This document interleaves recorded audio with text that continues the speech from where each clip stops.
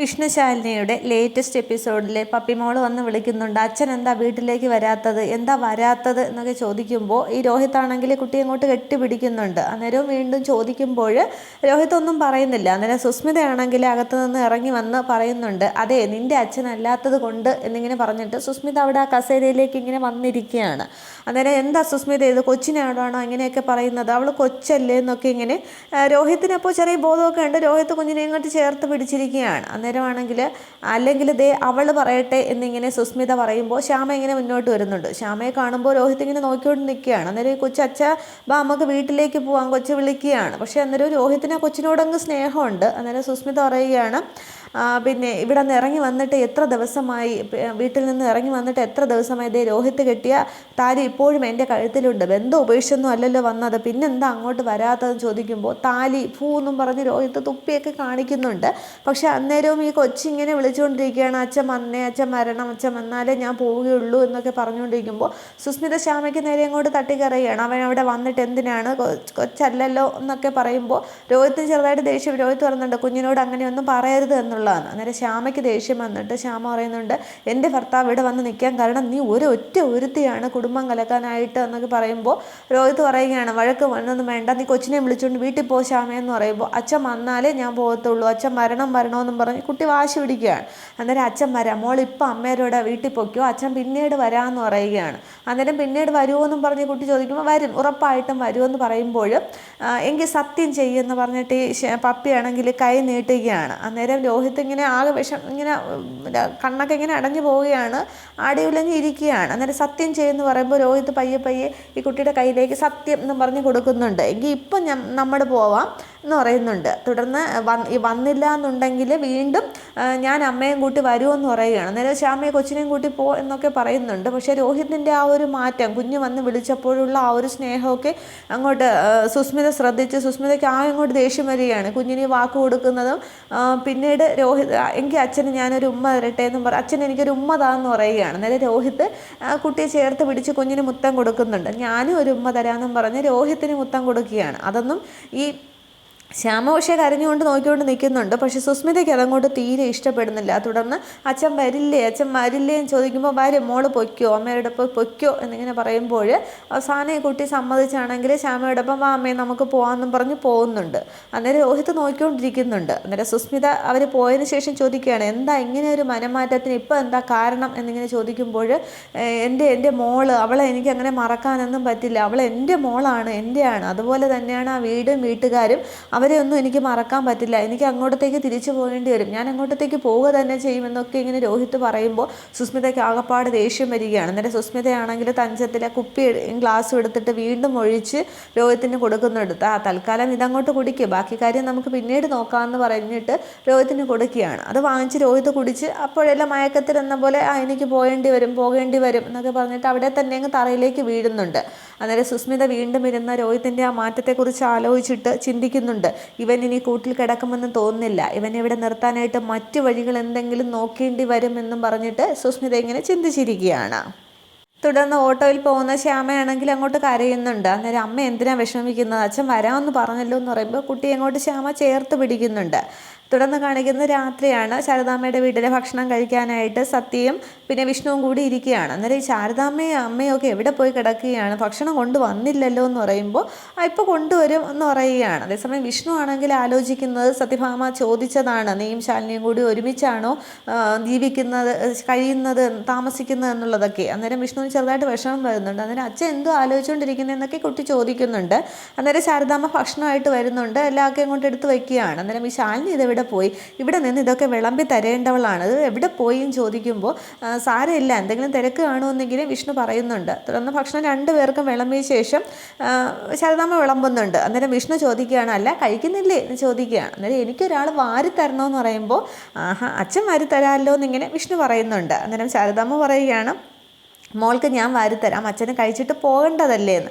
എന്നിട്ട് അത് സാരമില്ല, ഞാൻ വാരി കൊടുക്കാം എന്നിങ്ങനെ പറയുമ്പോൾ വിഷ്ണു പറഞ്ഞിട്ട് വിഷ്ണു അങ്ങോട്ട് വാരി കൊടുക്കാൻ തുടങ്ങുകയാണ്. എന്നിട്ട് ശാരദാമ്മ ചോദിക്കുന്നുണ്ട്, ഈ നാണമില്ലേ ഇത്രയും വലിയ കുട്ടിക്ക് അച്ഛൻ വാരി തരുന്നത് എന്ന് പറയുമ്പോൾ അതിന് എനിക്ക് എൻ്റെ അച്ഛനെ ഇപ്പോഴല്ലേ കിട്ടിയത് എന്ന് പറയുന്നുണ്ട്. അന്നേരം അപ്പോൾ പിടിച്ച പിടിയാലേ എല്ലാം അങ്ങോട്ട് സാധിപ്പിക്കുകയാണ് അല്ലേ എന്നുള്ളത് ചോദിക്കുകയാണ്. അന്നേരം ഇത്രയും നാൾ നിങ്ങൾ അമ്മയും മോളും കൂടി നമ്മളെ ഓരോന്ന് പറഞ്ഞ് മാറ്റി നിർത്തിയില്ലേ, വിഷമിപ്പിച്ചില്ലേ എന്നൊക്കെ ചോദിക്കുമ്പോൾ മിണ്ടാതിരിക്കടി എന്നൊക്കെ അങ്ങനെയൊന്നും പറയില്ലെന്നൊക്കെ വിഷ്ണു ഇങ്ങനെ കണ്ണുകൊണ്ട് കാണിക്കുകയാണ്.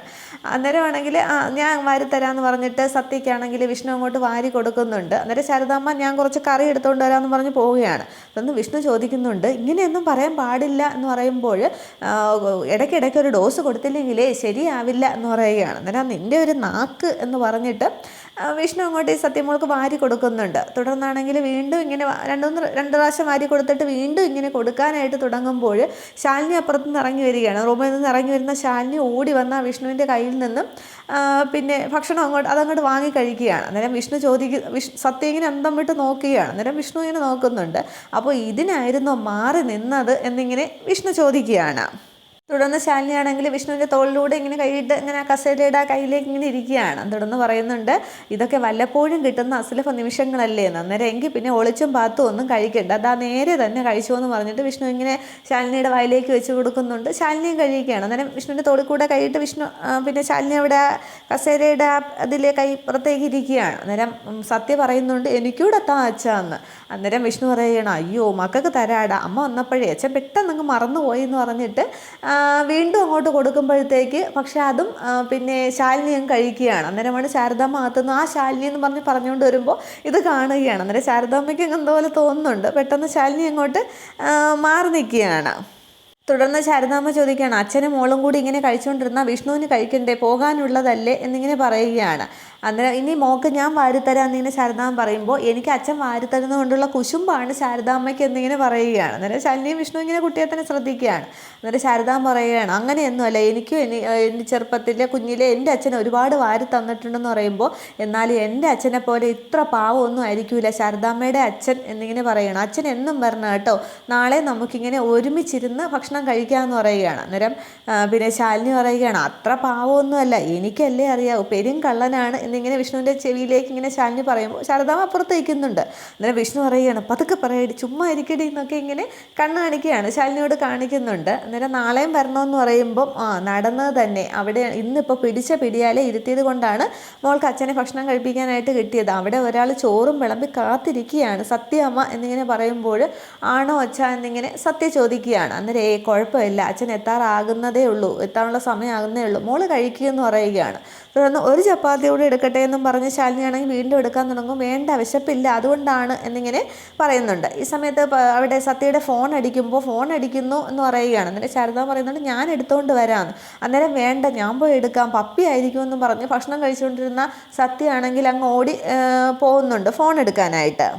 തുടർന്ന് ശാരദാമ്മ ഈ കുട്ടിയുടെ പിറകെ അങ്ങോട്ട് പോവുകയാണ്. അന്നേരം വിഷ്ണു ചോദിക്കുന്നുണ്ട്, പിന്നെ വിഷ്ണുവേട്ടൻ ജോലി കിട്ടിയോ എന്ന് ചോദിക്കുകയാണ്. അന്നേരം അത് താൻ എങ്ങനെ അറിഞ്ഞു എന്ന് ചോദിക്കുമ്പോൾ അതെ, വിഷ്ണുവേട്ടൻ എവിടെ ഇൻ്റർവ്യൂവിന് പോയാലും എവിടെ ജോലി തിരക്കി പോയാലും ഞാൻ അറിയും, ഞാൻ കളക്ടറാണ്, ഈ ജില്ല മുഴുവൻ എൻ്റെ കൈപ്പിടിയിലാണ്, ഒരു ഇല അനങ്ങിയാൽ ഞാൻ അറിയും എന്ന് പറയുകയാണ്. എന്നിട്ട് ശാലിനി കസേരയിലേക്ക് ഇരുന്നിട്ട് എന്നിട്ട് പറ, എന്ത് ജോലിയാണ് കിട്ടിയത് എന്നിങ്ങനെ ചോദിക്കുമ്പോൾ വിഷ്ണു പറയുന്നുണ്ട്, ലോറി ഓട്ടം എന്ന് പറയുകയാണ്. ലോറി ഡ്രൈവറായിട്ട് പിന്നെ ആദ്യം കുറച്ച് ബുദ്ധിമുട്ടുള്ള പണിയൊക്കെയാണ്, പക്ഷെ അതൊക്കെ ഇങ്ങ് ശീലമായിക്കോളും.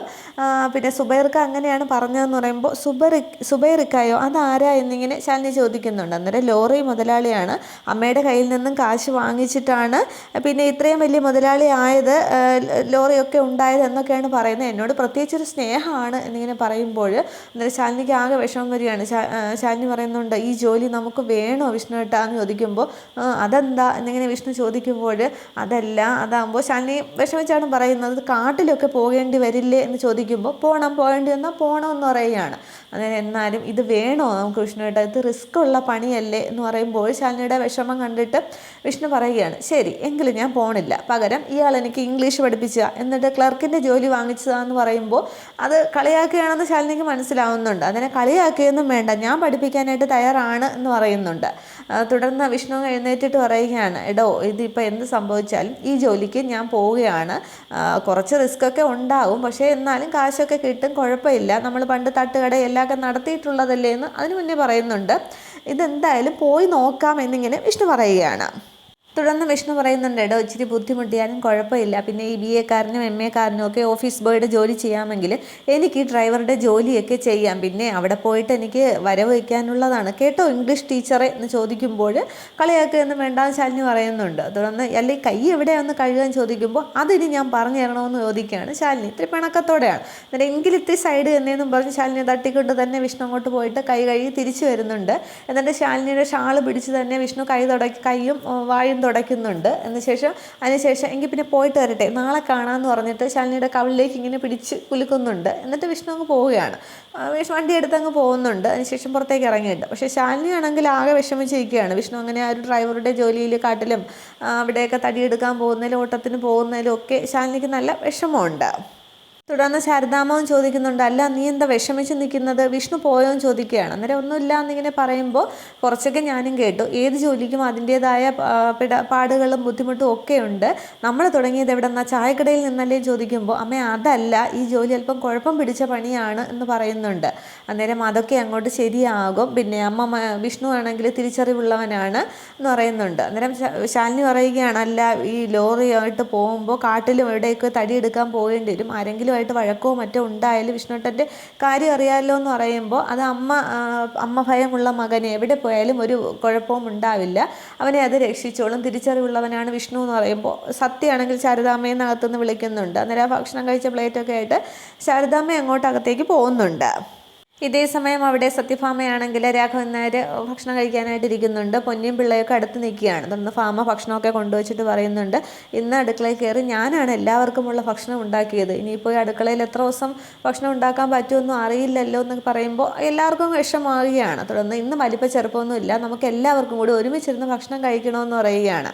തുടർന്ന് രാഘവൻ നായർക്ക് ഭക്ഷണം വിളമ്പിയിട്ട് പിള്ളയോട് ഇരിക്കാൻ പറയുകയാണ്. അന്നേരം ഞാൻ പിന്നെ ഇരുന്നോളാം എന്ന് പറയുമ്പോൾ ഇരിക്കും പിള്ളയെന്ന് പറയുകയാണ്. തുടർന്ന് രാഘവൻ നായരും പറയുമ്പോൾ പിള്ള ഇരിക്കുന്നുണ്ട്. തുടർന്ന് പൊന്നി എല്ലാവർക്കും ചോറും ഒക്കെ വിളമ്പുന്നുണ്ട്. അന്നേരം പൊന്നി നീയും ഇരിക്കുമെന്ന് പറയുമ്പോൾ വേണ്ട, ഞാൻ അടുക്കളയിൽ സത്യമേന്ന് പറയുമ്പോൾ ഇവിടെ ഇനിയിപ്പോൾ കുറച്ച് ദിവസങ്ങളല്ലേ ഉള്ളൂ, അത് നമുക്ക് സന്തോഷത്തോടെ അങ്ങോട്ട് ഇങ്ങനെ കഴിഞ്ഞു പോകാം, നീ ഇരിക്കുമെന്ന് പറയുമ്പോൾ പൊന്നി മടിച്ച് നിൽക്കുകയാണ്. അന്നേരം ഭാമ പറഞ്ഞതല്ലേ ഇരിക്കുമെന്ന് രാഘവൻ നായരും പറയുന്നുണ്ട്. അന്നേരം അങ്ങോട്ട് ഇരിക്കുമെന്നും പറഞ്ഞ് ഭാമയാണെങ്കിൽ നിർബന്ധമായിട്ട് പൊന്നിയെ പിടിച്ചങ്ങോട്ട് ഇരുത്തുകയാണ്. തുടർന്ന് വിഷമത്തോടെയാണ് അവരിയ്ക്കുന്നത്. തുടർന്ന് ഇങ്ങനെ പൊന്നി എല്ലാവർക്കും ഭക്ഷണമൊക്കെ വിളമ്പുമ്പോൾ നീ ഇരിക്കുന്നില്ലേ എന്നിങ്ങനെ രാഘവൻ നായർ ചോദിക്കുകയാണ്. അന്നേരം വിളമ്പി കഴിഞ്ഞതിന് ശേഷം ഞാൻ ഇരിക്കാം, നമുക്ക് ഇരുന്ന് കഴിച്ചാൽ മതിയല്ലോ എന്നിങ്ങനെ പറഞ്ഞുകൊണ്ട് ഭാമ നിൽക്കുന്ന ആ ഒരു സമയത്താണ് വിഷ്ണു അവിടത്തേക്ക് ശാരദാമ്മയുടെ വീട്ടിൽ നിന്ന് തിരികെ വരുന്നത്. അന്നേരം ആ ഒരു കാഴ്ച എല്ലാവരും കൂടി ഇങ്ങനെ ഇരിക്കുന്ന ആ ഒരു കാഴ്ച കണ്ടുകൊണ്ടാണ് വിഷ്ണു വരുന്നത്. അന്നേരം വിഷ്ണുവിനും അങ്ങോട്ട് സങ്കടമാവുകയാണ്. ഇത്രയുമാണ് എപ്പിസോഡിൽ കാണിക്കുന്നത്. അപ്പോൾ വിഷ്ണുവും അവരോടൊപ്പം ഇരുന്ന് അല്പം ഭക്ഷണം കഴിക്കുമായിരിക്കും. അതിനുശേഷമാണ് അപ്പോൾ പിറ്റേന്നാണ് വിഷ്ണു ഇനി